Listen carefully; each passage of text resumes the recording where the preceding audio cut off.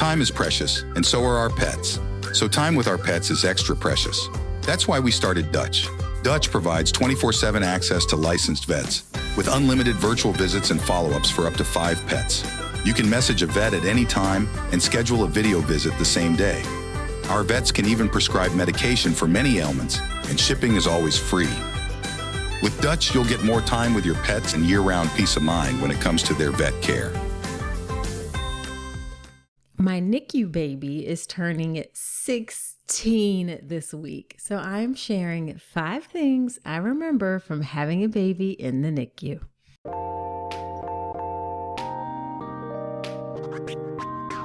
Welcome to the All About Pregnancy and Birth podcast. I'm Dr. Nicole Calloway Rankins, a board-certified OBGYN who's been in practice for nearly 15 years.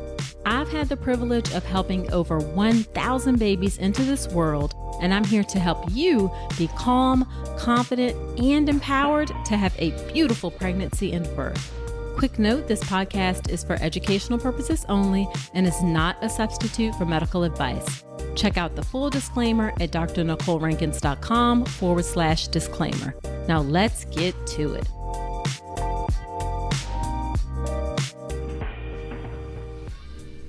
Hello there. Welcome to another episode of the podcast. Whether you are a new listener or a returning listener, I am so glad you're spending some time with me today.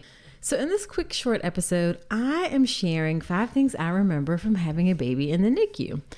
If you don't know, our first daughter was born early. She was born 8 weeks early, born at 32 weeks exactly. She also had a rare intestinal malformation called duodenal atresia. It's when the first part of the intestines are not connected together. It happens in about 1 in 5,000 to 1 in 10,000 pregnancies, so it's actually incredibly rare. And she had to have surgery 3 days after she was born to fix her intestines, and she spent a month in the NICU. And I should back up and say I just went into preterm labor early. I don't know what happened, but I just went into preterm labor early, and that's how she came into this world early.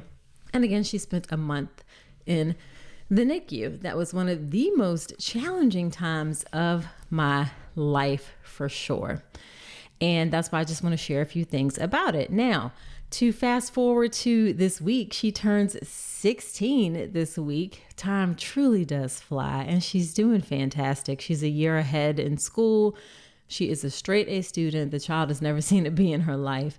And she is also a massive Taylor Swift fan. So we are so grateful that things ended up being well. But I can tell you, you never forget having a baby in the NICU. So let me hop in and share some things that I remember from those 16 years ago. So number 1 is I cried a lot, like a lot. I remember crying every single day. I actually had to limit myself to crying 3 times a day. I felt like it was something that I could control in a situation that was completely uncontrollable. So I would have my 3 times a day that I could cry. And then, I had to save them up for the next day. So I really remember crying a lot because, of course, it wasn't anything I anticipated. And she had a couple of minor setbacks while she was there. And it really was just overwhelming. We were visiting her every day, twice a day. I hadn't gone back to work quite yet. So thankfully I didn't have to deal with that. But it's a lot. It is a lot. It is a lot to have a baby in the NICU. The second thing I remember is that NICU nurses are true angels. Oh my gosh, the NICU nurses are just so wonderful. Just wonderful people who help you manage having this new tiny human and actually help you feel like a parent, even though your baby is not with you at home. So I remember the NICU nurses were like, come on, y'all are going to get in here and you're going to give her a bath. And we were so terrified, even though we were, I'm a physician. People thought I knew what I was doing. I don't know what I'm doing with a brand new baby.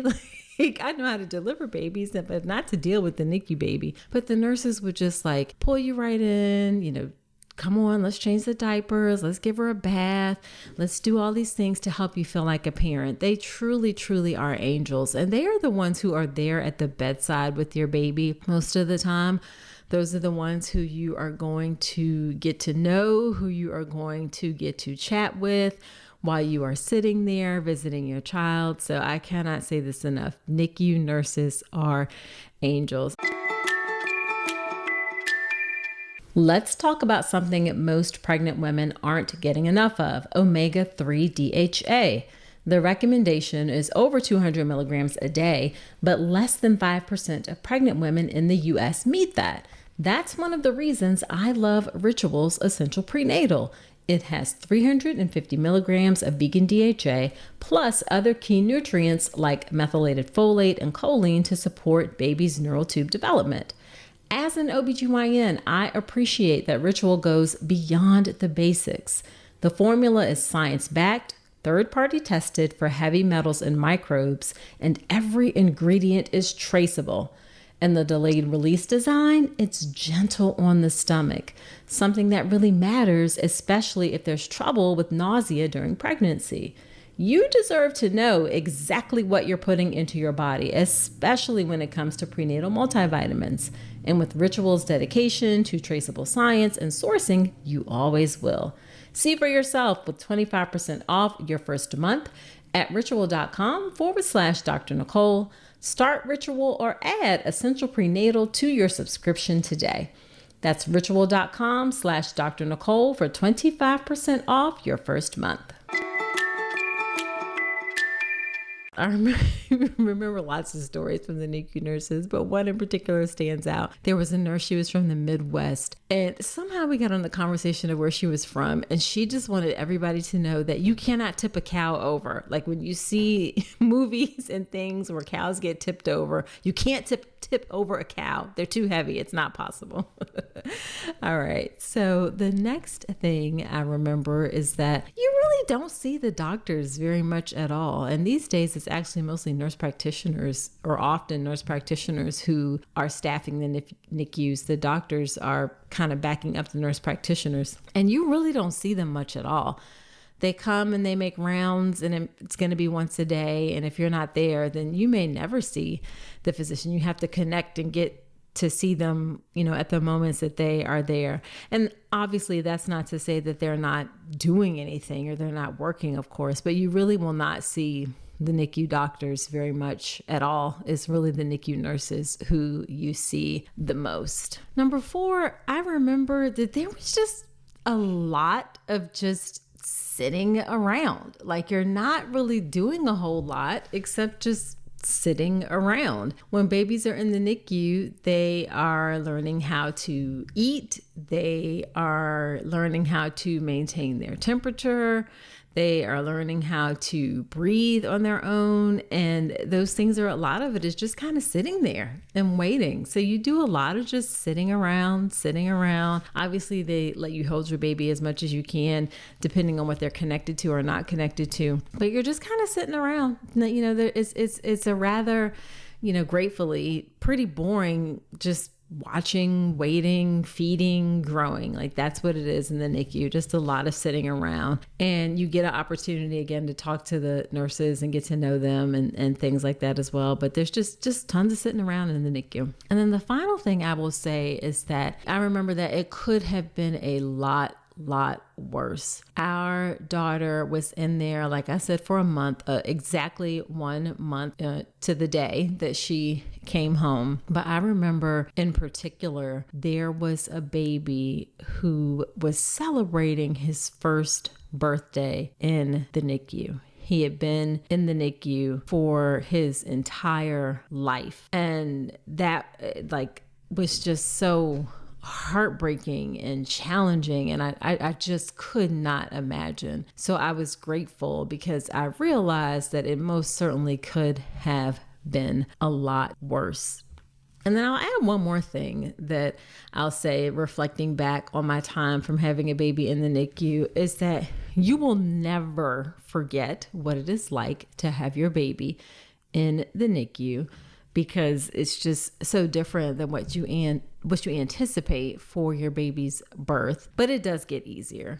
And over time, it will get easier. It won't be so painful. It won't be so challenging. You won't be so scared. You won't be so worried about what's going to happen. Over time, things do fade in the sense that worry you had of when your baby was in the NICU and when your baby's going to come home goes away. But you will never forget having your baby in the NICU. That I can say for sure. Now, if you have a baby that's in the NICU, or just to put a mental note, hopefully you won't need this particular episode. It's episode 76 of the podcast, and it's with a neonatologist, Dr. Terry Major Kincaid, and she gives great questions and strategies and approaches for things you can do when you have a baby in the NICU. It is the episode I wish I had before I had a baby in the NICU. It's an episode that I hope you don't ever need, but if you end up having your baby in the NICU, it's episode 76, drnicolerankins.com/episode 76. And that is with Dr. Terry Major Kincaid, and it's about having a baby in the NICU. All right. So there you have it. Please share this podcast with a friend. It helps me to reach and serve more people. Also subscribe to the podcast wherever you're listening to me right now. And if you love the podcast, I would so appreciate you leaving a 5-star review in Apple Podcast. I love to hear what you think about the show. So you can do that there, or you can shoot me a DM on Instagram and let me know. Let me know if your baby was in the NICU. Let me know what you remember most about having your baby in the NICU. So that's it for this episode. Do come on back next week, and remember that you deserve a beautiful pregnancy and birth.